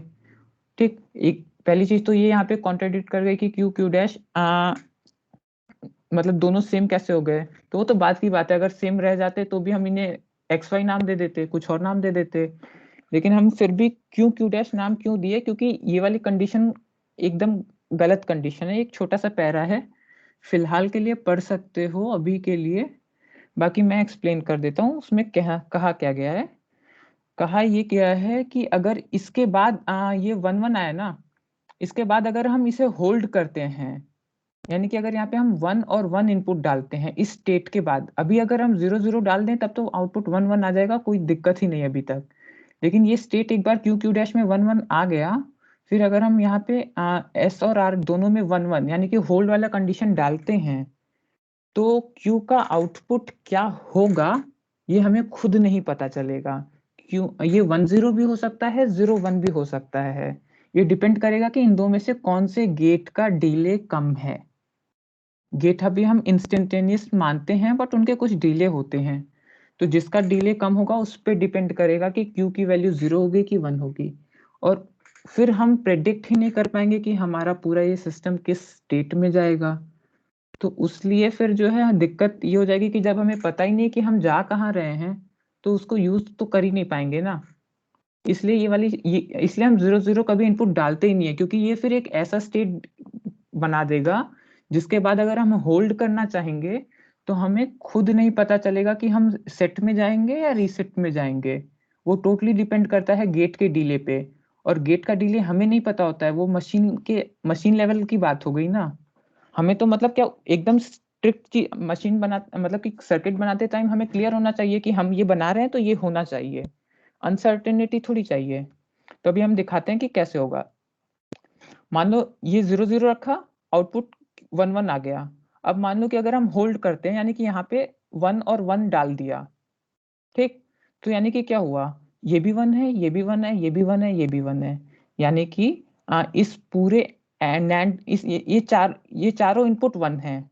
ठीक, नैंड गेट के दोनों इनपुट 1 है, दोनों गेट्स के लिए 1 1 के आउटपुट क्या होता है, 0 होता है।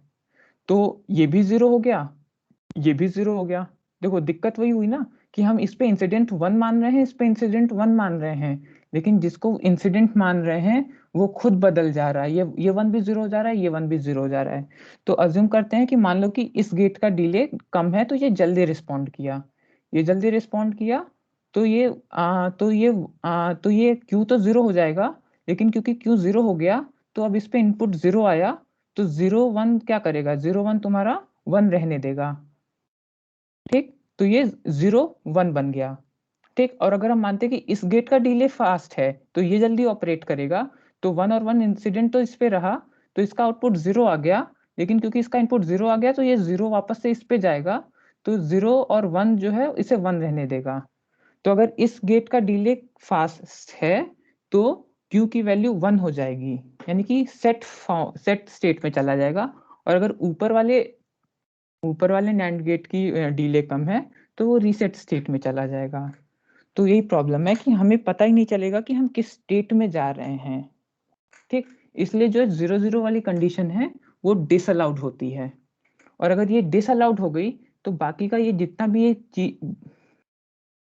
बाकी का जितना भी बचा इनमें क्यू और क्यू डैश मतलब कि ये वाला इनपुट, ये वाला आउटपुट और ये वाला आउटपुट दोनों एक दूसरे के कॉम्प्लीमेंट्री हैं, तो फिर हम उन्हें आराम से क्यू और क्यू डैश बोल सकते हैं, नहीं तो हम एक्स वाई बोल देते हैं उन्हें। ठीक, अब बारी आती है कि तो ये समझ में आ गया ना क्यू क्यू डैश क्यों बोलते हैं, क्योंकि एक फॉर्म ही होता है जिसमें दोनों सेम हो पाते, वो फॉर्म भी हमने एलिमिनेट कर दिया, डिसअलाउ कर दिया, क्योंकि वो एक गलत जगह पे जा रहा था। ये पैरा पढ़ लेना, अच्छे से लिखा हुआ है इसमें। If both are, the device will enter an unpredictable or undefined state and we cannot predict the output since it depends on which of the two NAND gate gives output first. ठीक, इतना clear हुआ? Hello, हाँ भैया clear जी भैया। हाँ, तो ये चीज समझ में आ गई कि ये क्यों और क्यू डैश क्यों है। अब बारी आती है एस डैश और आर डैश की, कि हम एस और आर क्यों नहीं बोलते। तो अब आती है वही इनेबल या क्लॉक वाली बात इसमें, कि अब अगर हाँ ये इतना तो हमने पढ़ रखा है, आगे के दो नैंड गेट तो फेमिलियर हो तुम, पीछे दो नैंड गेट और लग गए। ठीक, और इनके इनपुट्स को हम जो है एस और आर बोले, और इनका एक कॉमन इनपुट रख दिया जो कि हमने सी बोल दिया। ठीक, पीछे वाला पार्ट नया है, आगे वाला तो तुमने देखा ही है। ठीक, तो अब ये ट्रुथ टेबल पे आओ। ट्रुथ टेबल पे क्या होता है कि सीधी सी बात है, हमें हमें हमें बेसिकली इस सिस्टम में क्या चाहिए था, हमें एक इनेबल टाइप कुछ चाहिए था जिससे हम पूरे लैच को इनेबल या डिसेबल कर सकें। ठीक, तो यहाँ पे सी जो है 0 है और सी जो है कुछ केसेस के लिए 1 है। ठीक, तो यहाँ पे क्या बोला कि सी 0 है तो नो चेंज, और सी 1 है तो ये।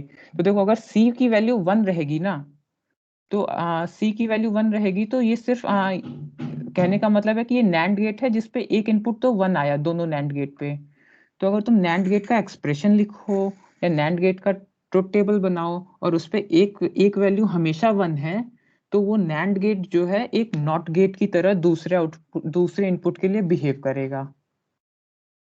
समझ में आ रहा है? हाँ भैया। कहने का मतलब है कि अगर एक इनपुट 1 रहा तो एक तरीके यहाँ पे अगर एस है तो यहाँ पे एस डैश ही पास करेगा। ठीक, अगर अगर एक इनपुट ये 1 रहा तो यहाँ पे अगर 1 है तो 0 पास करेगा, 0 है तो 1 पास करेगा, यानी कि उस वैल्यू का कॉम्प्लीमेंट्री पास करेगा। हाँ भैया समझ गए। ठीक, तो अब तुमको समझ में आ गया होगा कि यहाँ पे एस है तो यहाँ पे एस डैश था, तो यहाँ क्योंकि हमें यहाँ पे एस लिखना था तो इसलिए हम इस छोटे वाले पार्ट के इनपुट को एस डैश बोलते थे, और इसके इनपुट को आर डैश बोलते थे, इसको आर बोलते थे, क्योंकि जब क्लॉक 1 रहेगी तो यहाँ पे अगर एस है तो बस यहाँ पे एस डैश पास करेगा, और यहाँ पे आर है तो यहाँ पे आर डैश पास करेगा। ठीक, और अगर क्लॉक की वैल्यू 0 हुई, क्लॉक की वैल्यू 0 हुई तो क्या मतलब हुआ कि दोनों नैंड गेट का एक इनपुट तो 0 हो गया, एक इनपुट 0 हो गया तो आउटपुट क्या जाएगा, 1 जाएगा, यानी कि एस डैश भी 1 आर डैश भी 1। और ये पिछले डायग्राम से हमें पता चलता है कि एस डैश आर डैश 1 पे वो होल्ड कंडीशन है, यानी कि होल्ड का मतलब क्या होता है, कोई चेंज नहीं। ठीक, तो अगर हम सी को 0 कर दें, सी को 0 कर दें और एस और आर में हम फिर कुछ भी करें, नो चेंज होगा, क्योंकि हमारा एस डैश और आर डैश हमेशा 1 1 रहने वाला है।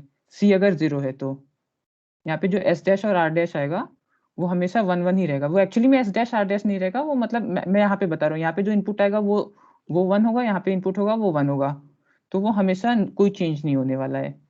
ठीक, सी की वैल्यू 0 है तो तुम एस आर में कुछ भी करो, क्यू की वैल्यू नहीं बदलने वाली, क्यू और क्यू डैश का स्टेट नहीं बदलेगा। ठीक, तो अगर सी को हम 1 करते हैं तो एक तरीके से ये पूरा सर्किट इनेबल हुआ। तो अब उसके कोरिस्पॉन्डिंग एस और आर की 4 वैल्यूज बनती हैं 0 0। तो क्योंकि हमने लास्ट टाइम पढ़ा था क्या कि एस डैश आर डैश के 1 1 पे होल्ड होता है, और क्योंकि सी वन पे रखने पे वो पीछे वाले नैंड गेट इन्वर्टर की तरह काम करते हैं, तो ये पूरा का पूरा फ्लिप हो जाएगा, यानी कि यहाँ पे 0 1 अगर सेट था तो 1 0 सेट हो जाएगा, क्योंकि ऑब्वियसली बात है एस अगर एस डैश 0 है तो एस 1 होगा ना। तो इसलिए इसलिए अगर यहाँ पे 1 1 पे होल्ड था तो यहाँ पे देखोगे कि 0 0 पे नो चेंज है, 0 0 पे होल्ड है। 0 1 पे जो है क्यू की वैल्यू 0 होगी, क्योंकि 1 0 पे यहाँ पे जो है 1 0 पे रीसेट था, तो यहाँ पे जो है 0 1 पे रीसेट है, और यहाँ पे 1 0 पे सेट है, और 1 1 जो है हमारी अनडिफाइंड थी, क्योंकि इस कंडीशन पे जो है 0 0 इनपुट आएगा। 1 मिनट एक।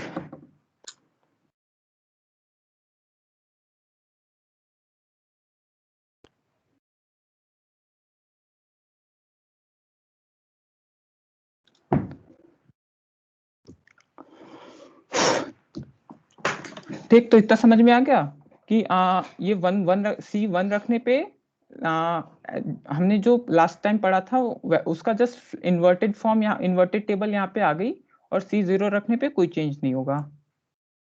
ठीक, तो इसमें दिक्कत क्या है कि अगर C S R तीनों के तीनों 1 हो गए, तो फिर से हम उस गंदे स्टेट में चले जाएंगे, जिसके बाद हमें पता नहीं चलेगा कि हम होल्ड करने पे कहाँ जाएंगे, क्योंकि इस तीनों 1 रखने पे हम वापस से अनडिफाइंड फॉर्म में, अनडिफाइंड स्टेट में चले जाएंगे, जहाँ पे Q Q डैश दोनों 1 हो गए। तो हमें क्या करना है कि अगर हमें जो है S और R दोनों को 1 नहीं होने देना है, मतलब कि CSR तीनों को 1 नहीं होने देना है। तो हम बस एक सीधी सी बात करते हैं कि यहाँ पे जो है जो S का इनपुट है उसको इन्वर्ट करके यहाँ पे डाल देते हैं। ठीक, ये इतना पूरा तुमने देखा है, बस यहाँ पे एक पीछे ये नॉट गेट एक्स्ट्रा जुड़ा है, यानी कि ये D जो है ये बेसिकली S था तुम्हारा, और R की जगह हम जो है S नॉट यहाँ पे डाल रहे हैं।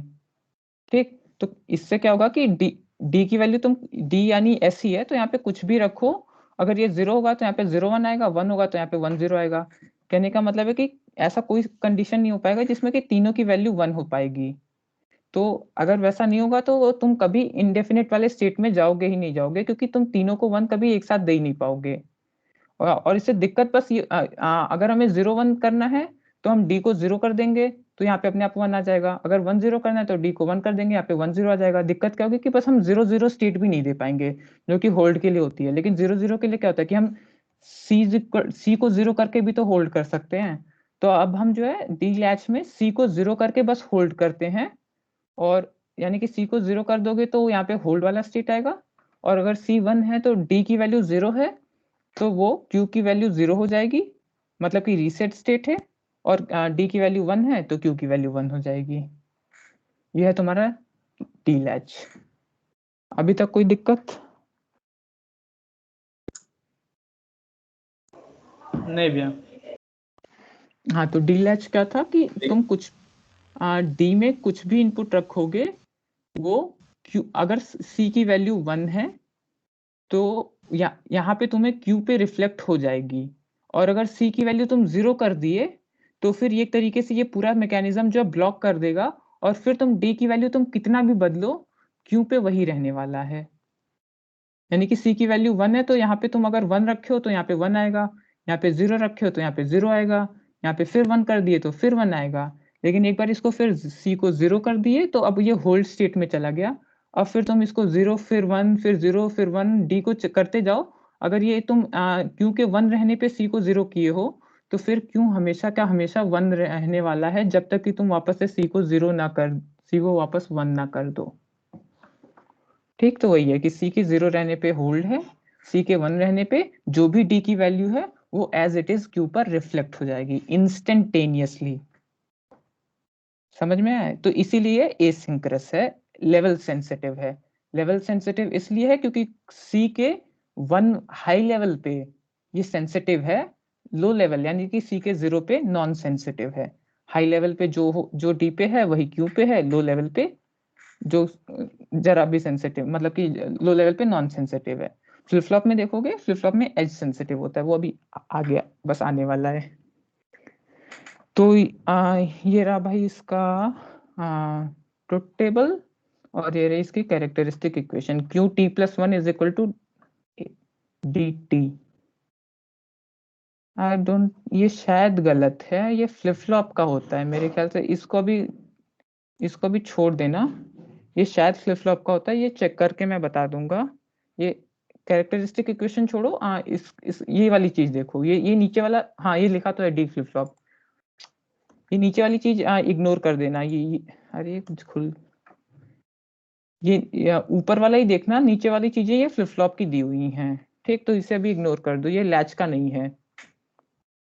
ठीक, क्योंकि इसमें क्यू टी प्लस वन और टी नहीं कंसेप्ट होता है, कि इसमें इंस्टेंटेनियस का कंसेप्ट होता है, और ये टी प्लस वन और टी वाला कंसेप्ट फ्लिप फ्लॉप्स में आता है।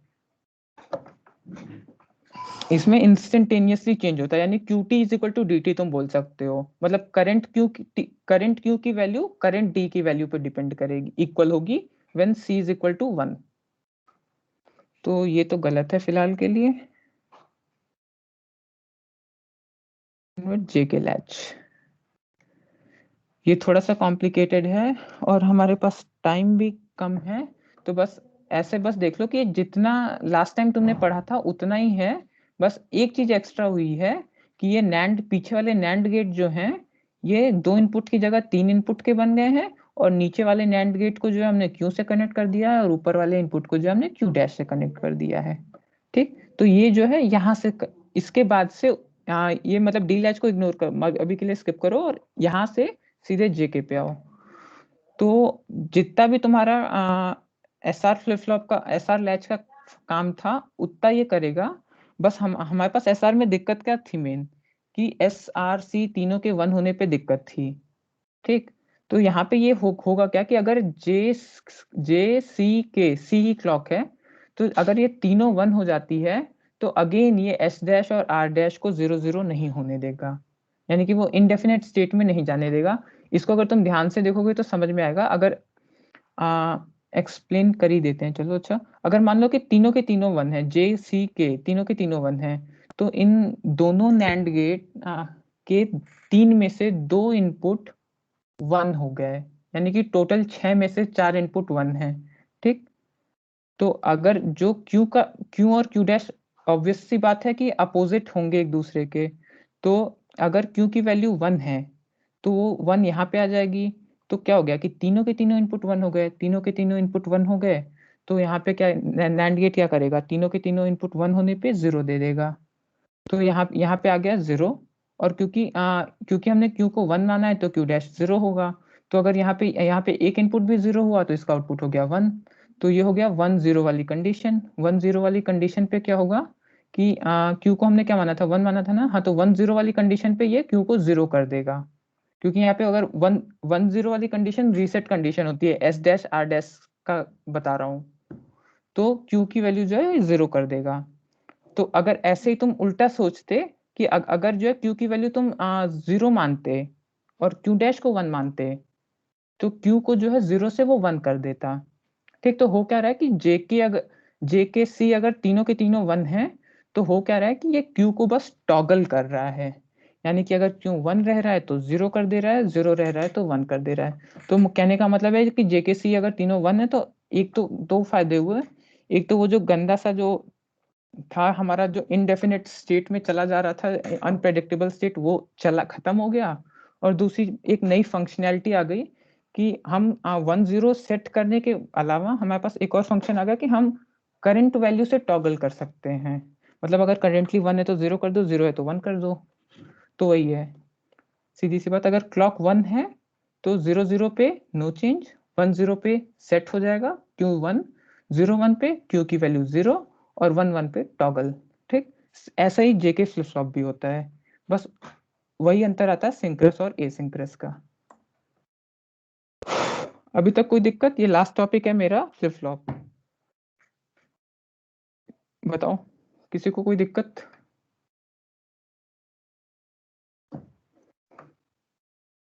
हेलो, कोई तो बोलो।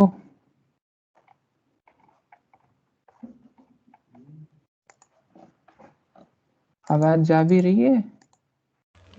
भैया एक बार जेके लैच वापस बता दोगे? देखो इसमें बस इतना था कि जेके एक तरीके से टोटली एसआर लैच ही है, बस इसमें जो है हम 3 इनपुट वाले नैंड गेट यूज कर रहे हैं। तो हो क्या रहा है कि हमने नीचे वाले को क्यू से और ऊपर वाले को क्यू डैश से कनेक्ट कर दिया है। ठीक, और हमारा क्या था कि हमारा बाकी तीनों कंडीशन तुम एक बार अच्छे से वेरीफाई करना, वो ऐसे एज इट इज काम करेंगे जैसे एसआर लैच में काम करते थे। ठीक, बस जो है तुम्हारी प्रॉब्लम बस इसी स्टेट में आने वाली है जब जे के और सी तीनों के तीनों 1 हो जाएं। तो उस केस में तुम्हारा एसआर लैच प्रॉब्लमेटिक था क्योंकि वो एक अनडिफाइंड स्टेट में चला जाता था, इसलिए उसे वो मतलब नॉन एक्सेप्टेबल था। तो यहाँ पे क्या हो रहा है कि अगर Q की वैल्यू 1 रहती है तो यहाँ J के C अगर तीनों के तीनों 1 है तो इसका एक इनपुट 1, दूसरा इनपुट भी 1, और Q को अगर हम मान रहे हैं 1 है तो Q भी 1 आ गया, तो यहाँ पे आउटपुट 0 आ जाएगा। और क्योंकि अगर हमने इसको 1 माना है तो ये 0 होगा। तो अगर ये 0 इनपुट है यहाँ पे और J और C भले 1 है लेकिन यहाँ पे ये 0 है तो इसका आउटपुट 1 आ गया। तो यहाँ पे 1, यहाँ पे 0। अगर हम इसे छोटा वाला S dash R dash latch consider करें तो 0 1 वाले केस में क्या होता है, वो एक मिनट, यहाँ इसे क्या इसे 1 माना था, इसे 0 माना था, 0 यहाँ पे आया, यहाँ पे 1। हाँ तो ये 1 0 वाला 1 यहाँ पे 1 आ रहा है, यहाँ पे 0 आ रहा है। तो ये तुम्हारा रीसेट स्टेट है, यानी कि ये तुम्हारे Q को 0 कर देगा। ठीक, तो Q 0 हो गया, तो बेसिकली हमने अगर Q को 1 माना है तो वो Q को 0 कर दिया। ऐसे अगर तुम Q को 0 माने होते तो वो जो है उसको 1 कर देता। तो ऐसे ये टॉगल कर रहा है बस। अब बिगिन करते हैं फ्लिप फ्लॉप से। तो जैसे बोला कि लैचेस जो है ट्रांसपेरेंट होते हैं, मतलब तुमने जैसे इनपुट चेंज किया वैसे ही आउटपुट चेंज हो जाएंगे अगर क्लॉक 1 है, मतलब इनेबल्ड है। ठीक, any change on input is seen at the outputs immediately. तो इससे सिंक्रोनाइजेशन प्रॉब्लम होती है कुछ, तो उसको सॉल्व करने के लिए हम फ्लिप फ्लॉप्स बनाते हैं। एक मिनट बैटरी।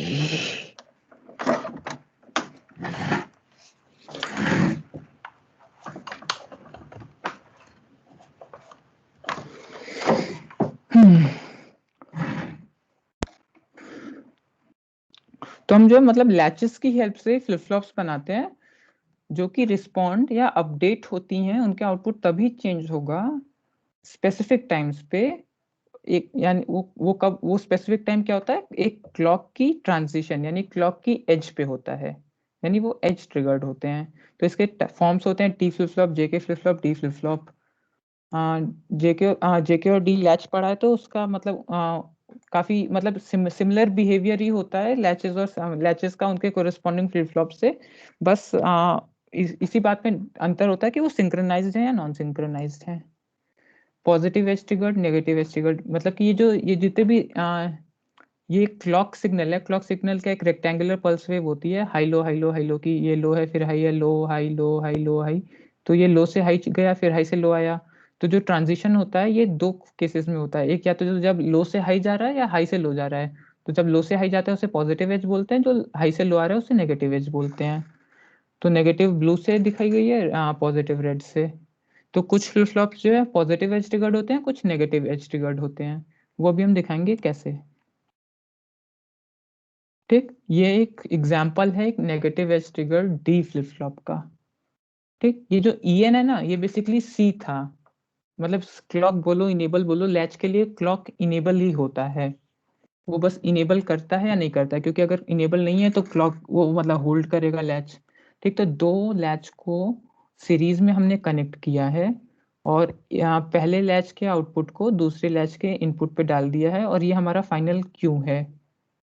और जो हमने बस एक चीज याद रखना कि एक का जो इनेबल होगा उसका इन्वर्टेड फॉर्म जो है दूसरे लैच का इनेबल होगा, दूसरे लैच का क्लॉक होगा। यानी कि एक अगर इसे 0 जा रहा है तो इसे 1 जाएगा, यानी कि एक इंस्टेंस पे अगर ये एक्टिव है तो ये होल्ड करेगा, ये होल्ड कर रहा है तो ये होल्ड करेगा तो ये एक्टिव है, और अगर ये एक्टिव है तो ये होल्ड करेगा।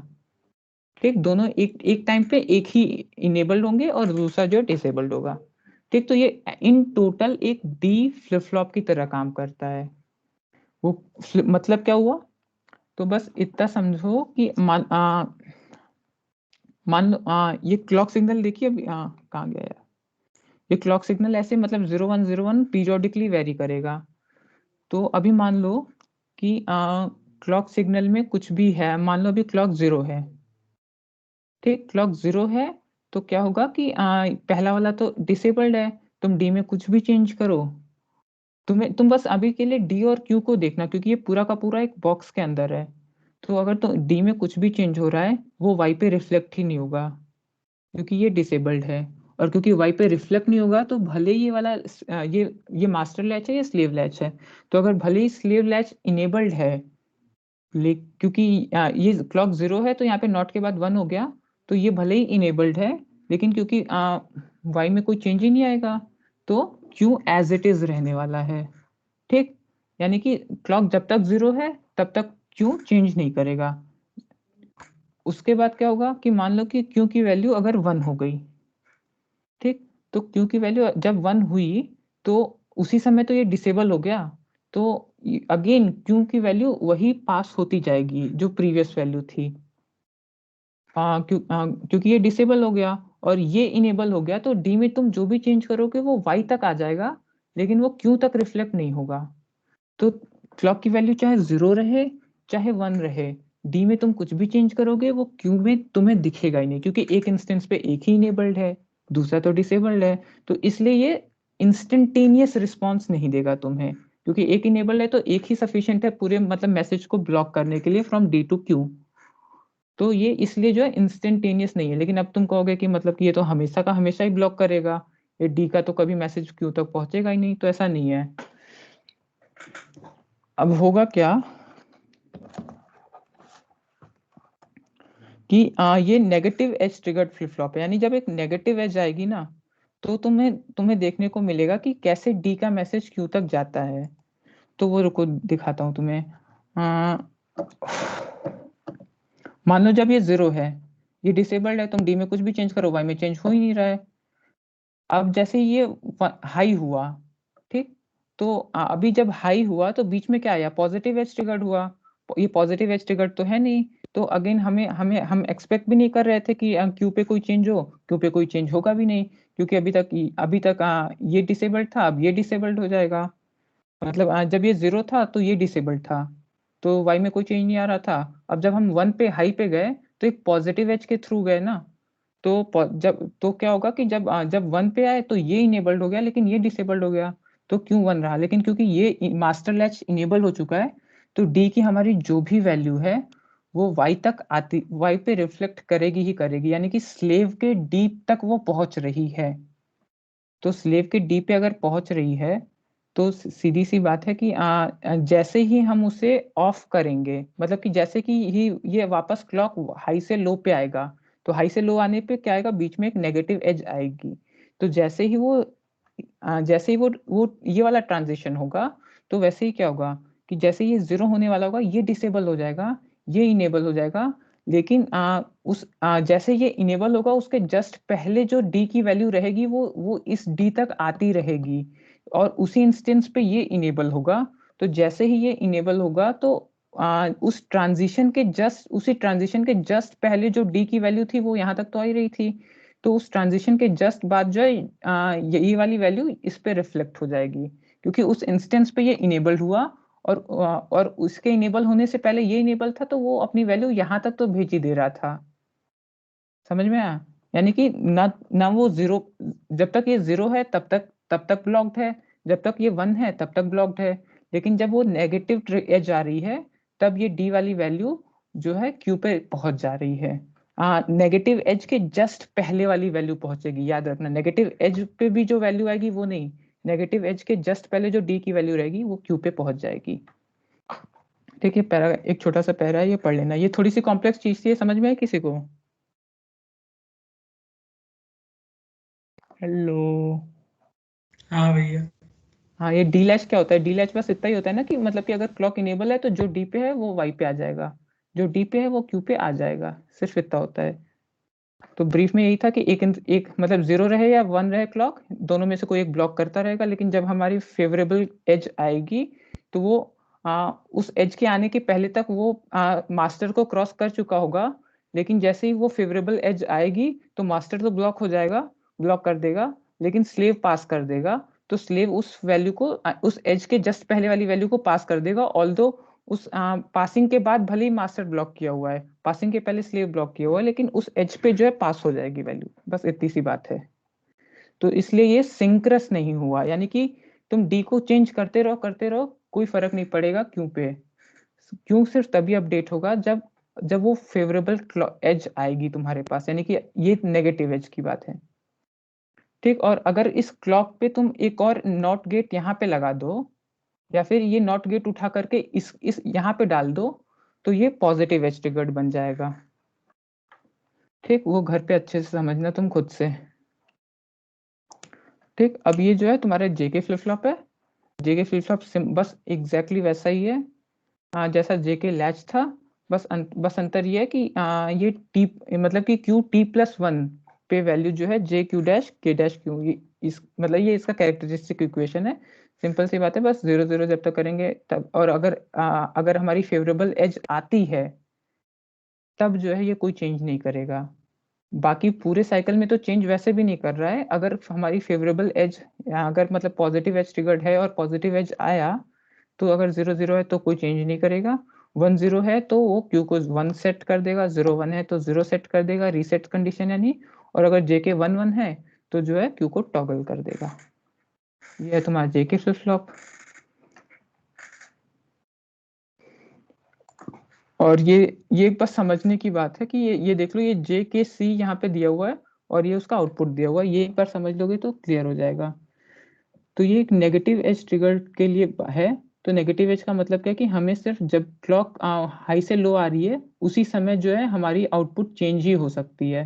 तो ये देखो, जब भी आउटपुट चेंज हुआ है ना जिस दिन इंस्टेंस पे, वो नेगेटिव एज वाली बात हुई है। मतलब कि उसके जस्ट पहले क्लॉक हाई था, उसके जस्ट बाद क्लॉक लो है।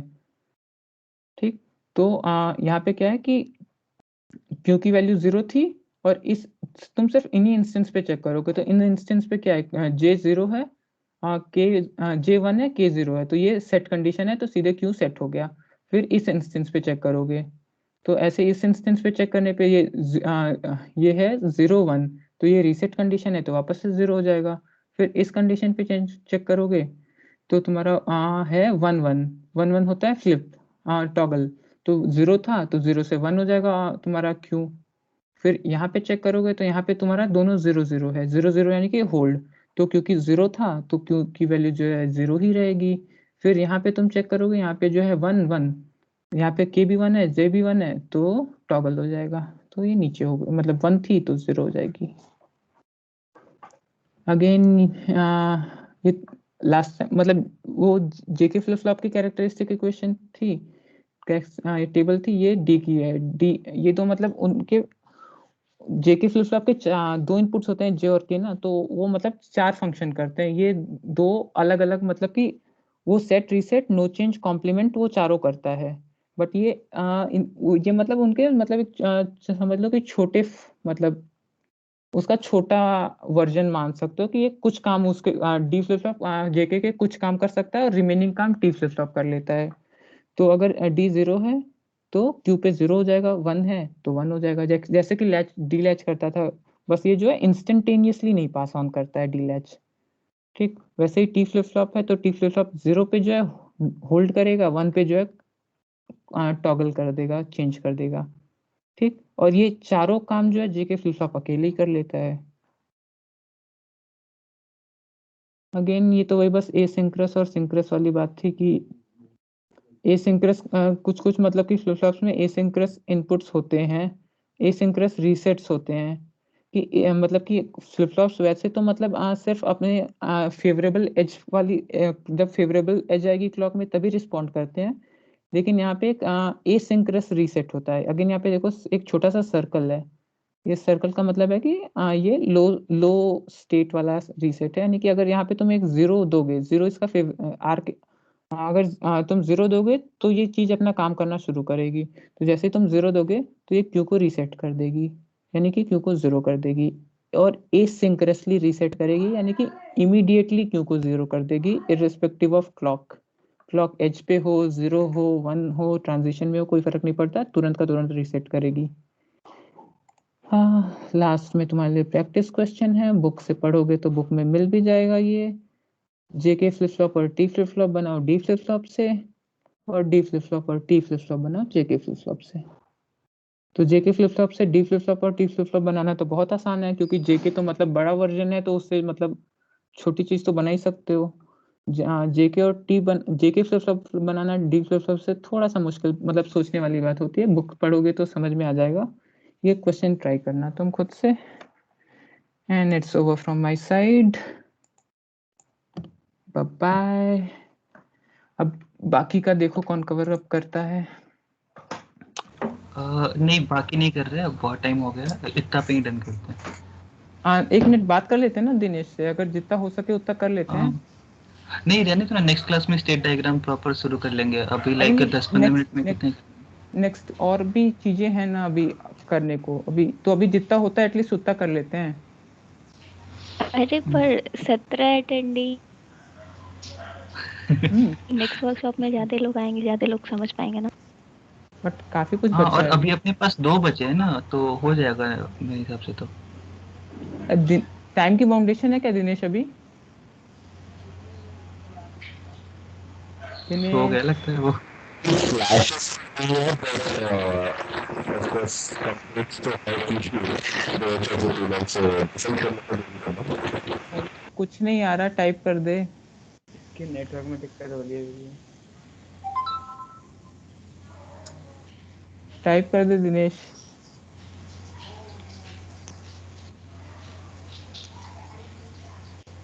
अबे 1.5 घंटा तो हो ही गया, नेक्स्ट वर्कशॉप में करते हैं फिर। ये बहुत कुछ बचा था ना अभी फिलहाल, तो मैं कोई नहीं, तुम्हारी मर्जी, मतलब देख लो। तुम लोग बताओ, तुम लोग को अभी पढ़ना है या जाना है? ऐसे तो हम लोग को आंसर पता है, नहीं बोलोगे, पर फिर भी। हाँ, और कुछ बच्चे तो टाइप भी कर रहे हैं, मतलब कि नहीं पढ़ना अब।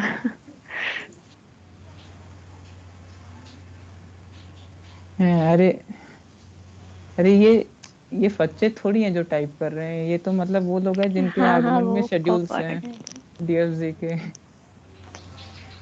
उनके उधर एंगेजमेंट्स हैं। चलो कोई नहीं, फिर नेक्स्ट वर्कशॉप में करते हैं। हाँ, बाय बाय। किसी को डाउट हो तो अभी पूछ लो, 5 मिनट हाँ रहेगा मैंने भी। हाँ, जिसको कुछ पूछना हो पूछ लो भाई। लाइक कोई स्लाइड भी दोबारा से दिखनी हो या कुछ ऐसा।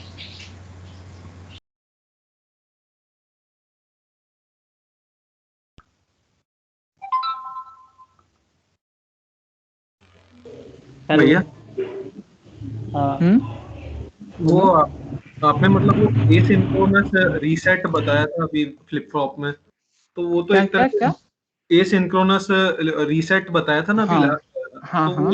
वो तो एक तरह से लैच की तरह ही नहीं हो गया फिर? नहीं, वो देखो, वो एक एक्सेप्शनल टूल है जो हम मतलब एकदम स्टार्टिंग में, अगर हमें मतलब अपने फ्लिप फ्लॉप्स को मतलब कॉन्फ़िगर करना है एकदम स्टार्टिंग में, तब हम यूज करते हैं इररिस्पेक्टिव ऑफ क्लॉक, कि हमें स्टार्ट मतलब कॉन्फ़िगर करने के लिए।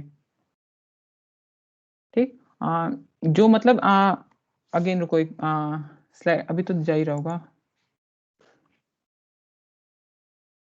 देखो अगर मान लो कि ये जे के फ्लिप फ्लॉप होता तो यहाँ पे जे और के 2 इनपुट रहते और यहाँ पे एक नीचे रीसेट रहता, तो जे और के कोरस्पॉन्डिंग वो जो है एक फ्लिप फ्लॉप की तरह ही तो बिहेव करेगा, मतलब कि वो एक ट्रांजिशंस पे ही रिस्पॉन्ड करेगा। बस ये एक रीसेट एक स्पेशल केस है जो कि उसे 0-1 वाला इनपुट देगा एसिंक्रोनसली, मतलब कि जो हम जे को 0-1 जेके को 0-1 देते, वो इनपुट हम रीसेट को 0 देके करवा सकते हैं। बस ये जो है रीसेट जो है इमीडिएटली रिस्पॉन्ड करवाएगा। ये नीचे इसमें पढ़ना तो समझ में आएगा कि ये मतलब हम कॉन्फ़िगर करने के लिए इसे मेनली यूज करते हैं, फर्स्ट टाइम सेकंड टाइम उस तरह से। मतलब एक तरीके से इसमें मतलब दोनों फंक्शनैलिटी आ गई ना, मतलब फ्लिप फ्लॉप वाली तो है ही, लैच वाली भी आ गई, तो वही है। ठीक है भाई, ठीक है भाई। हाँ। और कोई?